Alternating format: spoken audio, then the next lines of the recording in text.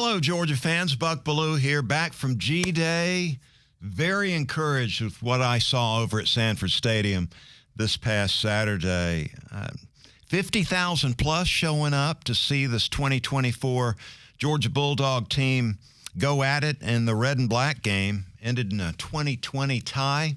Not that that matters, but tell you what, the media was put up with all the construction going on. We were over on the visitor side and in the president's suite, and boy, I tell you what, I didn't know what I was missing over there, especially with the view and the way they treated you over there. It was, I don't know if we want to leave looking ahead to the regular season, but it was fun witnessing a team that comes into this season by most people following college football as the number one rated team coming into the 2024 season. Love the fact that we saw the ones versus ones going at it in the game. Made for some really good competition going on with the number one offense taking on the number one defense, the number two offense taking on the number two defense. Really made for some good competition going on there. I'll tell you another thing I like, being a former quarterback at Georgia, was seeing the G-Day game where Mike Bobo and the offense, they led with the passing attack. I mean, they threw this thing around, and it was fun to watch. Carson Beck throwing it 46 times in the scrimmage. And you saw Carson throwing it short to intermediate to deep and hit some big plays all over the field.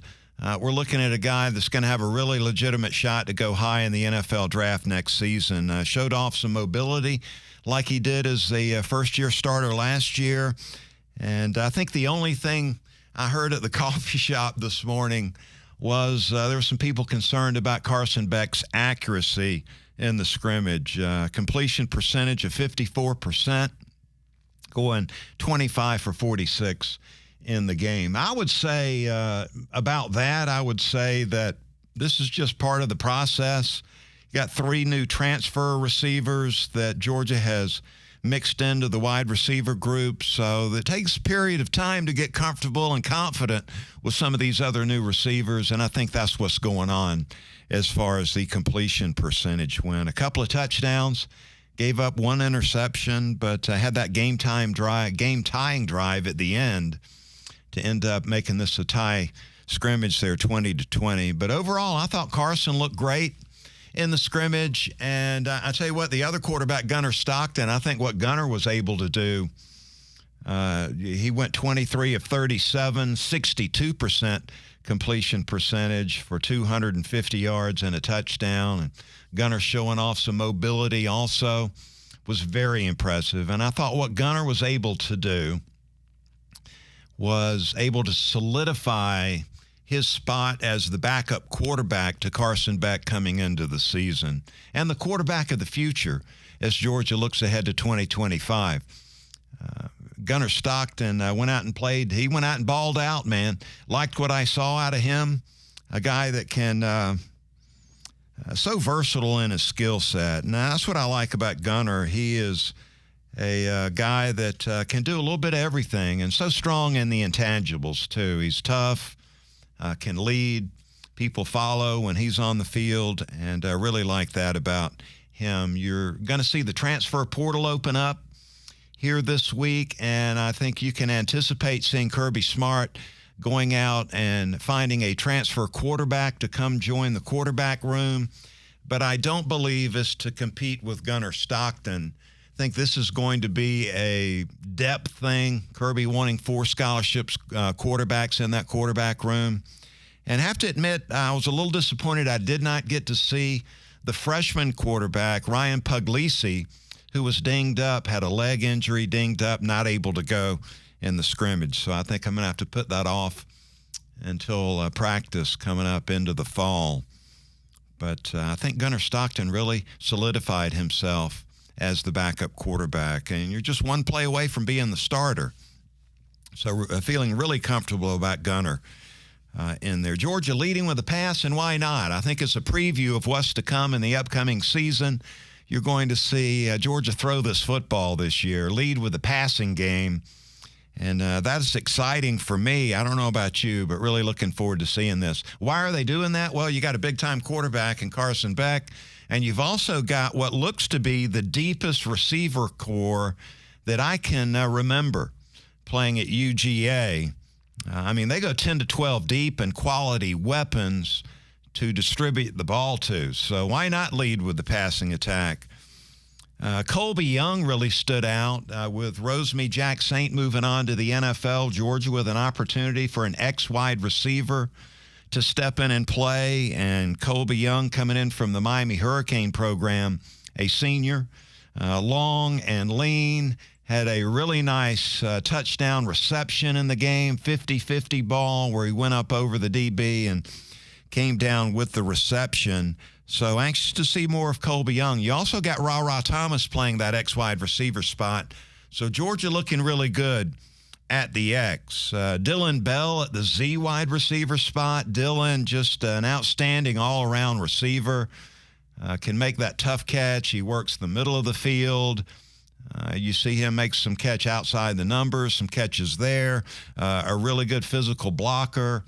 Tell you, there's a lot to like when you see Dylan Bell out on the field. And he's going to be backed up by Arian Smith, who is probably the most explosive receiver among this wide receiver room, and apparently has worked overtime this spring, has taken it seriously, has worked on his craft, and looking like a guy that's ready to step in and take a bigger load with this wide receiver position. And then the other, the transfer coming in from Vanderbilt, London Humphreys, also looks like a really good fit at the Z. Made a catch or two during the G-Day scrimmage, and he looks like a guy that's going to be in the rotation. Also, as far as the slot goes, Dominic Lovett with a really nice game. Dominic with 7 catches for over 100 yards and a touchdown. Looks like to me he'll be the go-to wide receiver for Carson Beck. He's gotten better and more comfortable than he was a year ago when Lovett came in and made an instant impact in this Georgia offense. I liked what I saw out of Michael Jackson III coming in from the USC Trojan program.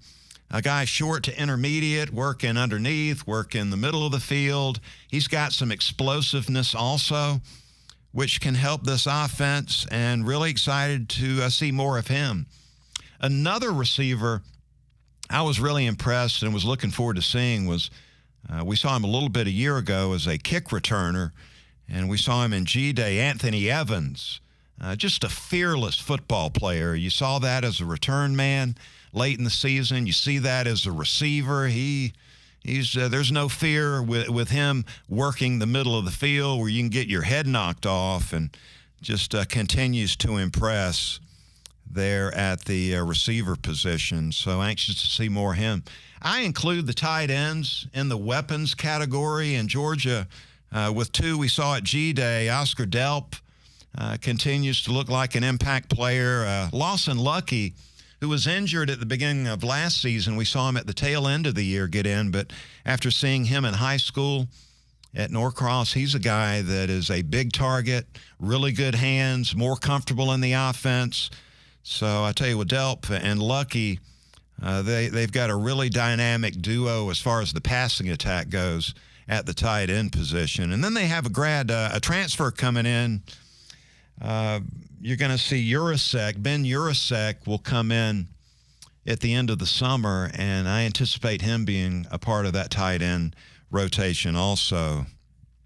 So plenty of weapons, and I include Trevor Etienne. It was exciting to see him play on G-Day. I wasn't sure whether we were going to see him or not because of the off-the-field problem that he had, the DUI. But tell you what, I include him in that weapons category.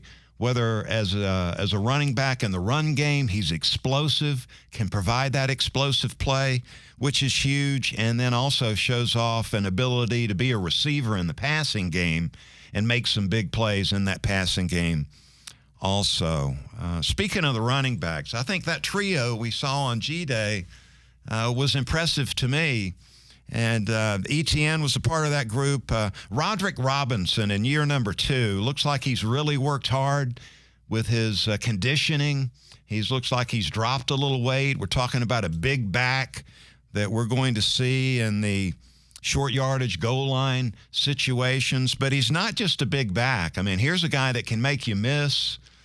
He's got that skill set that goes along. He was really impressive in the G-Day scrimmage. And then Andrew Paul is another running back that I've been impressed with from day one. Had a knee injury that set him back, but he is a versatile, all-around skill set running back. And coming into the year with ETN and Roderick Robinson and Andrew Paul, man, I think Georgia's in a really good place at the running back spot. RBU continues at UGA. Look, last on the offense, but certainly not least, the offensive line looks to me like one of the top offensive lines in college football again this year. Now, they haven't won that Joe Moore Award. That seems like it's going to those northern teams here the last 2-3 years, but I really love this Georgia offensive line in the way they're looking at playing ball this year. They go 8 deep in quality across the board on the offensive line. You know, the first thing I wanted to see was Jared Wilson, who's going to step in for Cedric Van Pran Granger as the center on this offense and offensive line.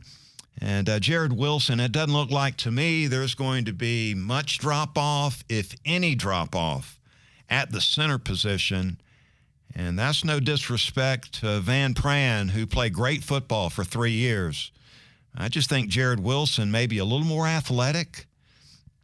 I just don't anticipate seeing any drop-off at the center position. Offensive guard, you got 3 legitimate players that will play. You got Fairchild Morris, that left offensive guard spot. You've got Ratledge over there at right guard. So you got 3 proven impact offensive guards coming into the season. At offensive tackle, Green at the left tackle spot.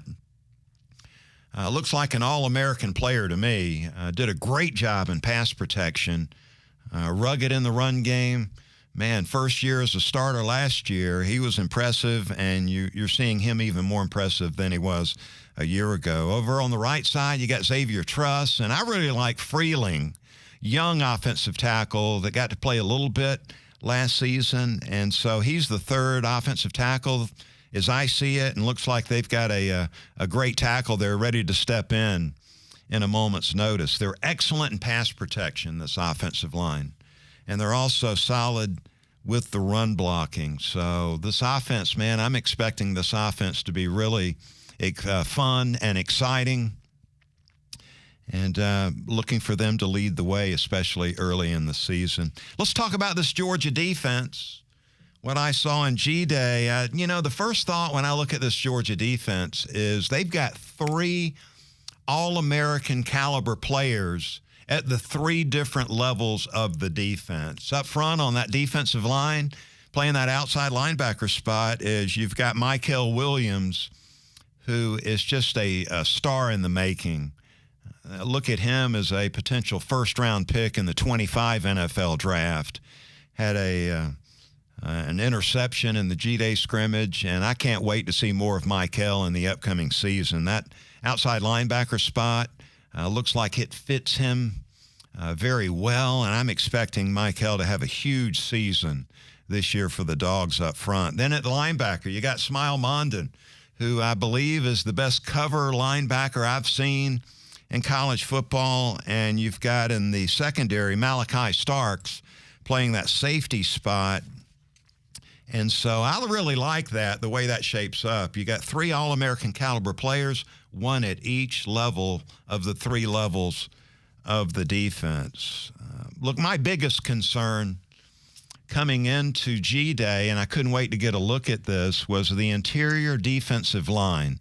So we're talking about the defensive tackle spots on this Georgia front.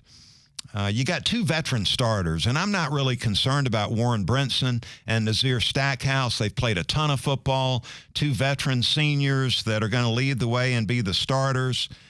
They are not outstanding, but they are average, no disrespect. I think what they'll bring to the table is some great leadership, and giving Georgia 2 starters at that defensive tackle spot that will be solid in their play. But I think one of the keys to this defense being as good as as Kirby wants them to be, Kirby and Glenn Schumann and the Georgia fan base. You want to win an SEC championship, you want to go on the road and beat Alabama and Texas and get to the playoffs with a shot of winning the national championship. I think this is one of the keys for Georgia on defense, and that is the backups, the young interior defensive linemen, and how much they can progress going into the season and during the season. You got redshirt sophomore coming into year number 3, Christian Miller, who has a chance to be special, in my opinion. I see a guy that's good against the run, capable of getting some pressure on the quarterback, plays with good leverage. He's athletic. I think he's a guy that can really step up and solidify this interior defensive line. Jordan Hall is a sophomore that played a lot of football a year ago. Got a lot of reps, got his feet wet, 6'4", 330 pounds. He's got an opportunity to get in this rotation and be a guy that's going to help make a difference up front. And then also you've got the transfer from South Carolina, a redshirt freshman, Xavier McLeod, that is set up to get into the rotation, rotate into the game, and make an impact and make a difference there, too. Jamal Jarrett's another one I wanted to see more of and got to see him play in the G-Day scrimmage. I mean, we're talking about a guy that's 6'5", 340 pounds. We're talking a nose tackle, interior defensive lineman. Looks like he's started to get in a little bit better shape, taking the fitness level a little more seriously. He's got a chance to, be a run stuffer in the middle of that defensive line. And the jury's still out on Jarrett, but looks like he has got at least an opportunity to be a part of this interior defensive line. It's going to be huge to watch how these young guys develop during the preseason practice and into the season and during the season. I think it's one of the big keys to this Georgia defense being outstanding again this year. I'll tell you what I was excited about. It was so impressive watching these inside linebackers play this past Saturday. They go 4 deep with elite talent at the inside linebacker spot. Smile Mondon was out this spring with an injury, foot injury that required surgery, so didn't get a chance to see him. We already know that he is one of the better coverage linebackers in college football, the ability to chase down, pursue. Nobody's doing it better than Smile Mondon, so looking forward to him being back healthy as we get the season started against Clemson later, coming up in a few months. But I tell you what, these young linebackers look good. You got C.J. Allen, a 4-star, top 5 rated recruit coming in that had a chance to play last season when Jamon Johnson was injured and now has left the program. And the sophomore C.J. Allen looks like a tremendous player. A guy that is playing with good vision and anticipation, which pays off for a linebacker. I mean, that's got to be something. If you're going to be great, you got to have great vision and anticipation. The interception of Beck made a play on a inside crossing route. That was really impressive. He is a rugged, physical tackler, very athletic. Man, there's a lot to like about him. And can't wait to see more of it. Also, sophomore linebacker Raylan Wilson, also a 5-star, highly rated linebacker coming into Georgia. Got a chance to get his feet wet and play a little bit last season. Had 7 tackles and 8 tackles in the G-Day game. Led the Bulldogs defenders with the 8 tackles, and he's developing quickly in there too. Jalon Walker, another highly rated linebacker, also looking really good inside. Versatile skill set. He can play inside. He can play outside. He can cover. He can rush the passer. Dynamic young player there that looked good during G-Day too. I think this inside linebacker group is the second most impressive position group on the team outside of the wide receiver core. They're also coming into the G-Day scrimmage, a little bit of a concern for me was in the secondary, specifically the cornerback spot. Dalen Everett returns as a returning starter, started opposite Lassiter. Kamari Lassiter told me before G-Day that he didn't have concerns about this cornerback position group. And after I saw them in G-Day, I would also not have any concerns moving forward. And I have to give Lassiter credit, man. He had it right. Dalen Everett, returning starter, is legit. Valuable experience last season, proven to be a legitimate cornerback opposite Lassiter, and now he's going to take over one of those boundary cornerback spots. Julian Humphrey was another corner that played a lot last season, which is certainly valuable. He was considering transferring during the offseason. They convinced him to stay and earn that other boundary corner spot, and looks like he has done that.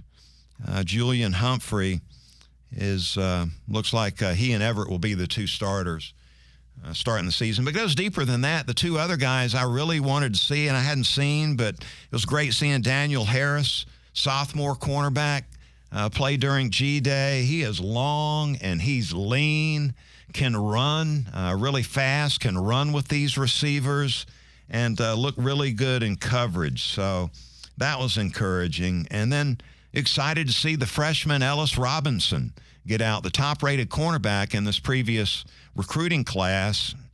And looks like he's a guy that's really advanced for a freshman coming into his first year in college ball. And so that gives Georgia 4 corners, 2 proven corners, 2 developmental guys that they're going to get coached up, that can play, that have some skill and some talent. So I think, I'm not concerned about the cornerback spot right now coming out of G-Day. That nickel cornerback spot with Tyke Smith moving on to the NFL, sophomore Jonell Aguero, very versatile guy. You got to be versatile to play that star. You got to play the run. You got to play the pass. And Aguero was really good and active against the run game, really physical in their tackling, got picked on a little bit in coverage, but I think he's got a chance to fill the void there at that star position.